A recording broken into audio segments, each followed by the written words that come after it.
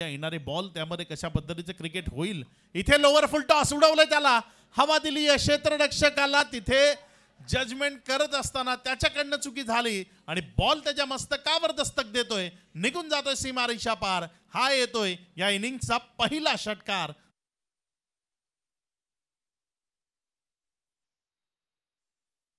खेळ आणि तदनंतर 9 धावा धावफलकावर आहेत। यावेळेस शेवटचा बॉल डाऊन द ग्राउंड क्षेत्रात निघून जातोय सरळ सीमारेषा पार। षटकार येतोय 6 धावा।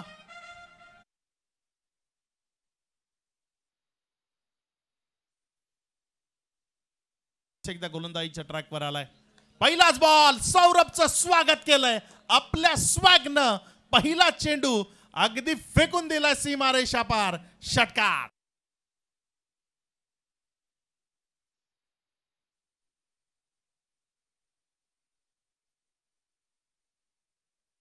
अगदी तसंच प्रतीत झालं।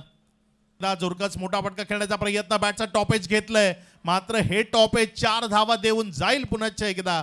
बॉल सीमारेषा पार चौकारामध्ये कन्वर्ट झालाय। रन्स मिळतील 4।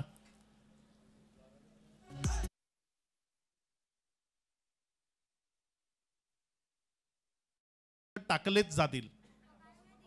यावेळेस मात्र शेवटचा बॉल हवेमध्ये आहे आणि तो क्षेत्ररक्षकाला करतोय टाटा बाय बाय आणि त्यानंतर निघून जातोय सीमारेखा पार। पूर्वार्धाचा खेळ इथे अजून एक बॉल शिल्लक आहे। मला वाटतं 5 चेंडूचा खेळ झालाय। या 5 चेंडू नंतर पूर्वार्धाच्या खेळामध्ये धाव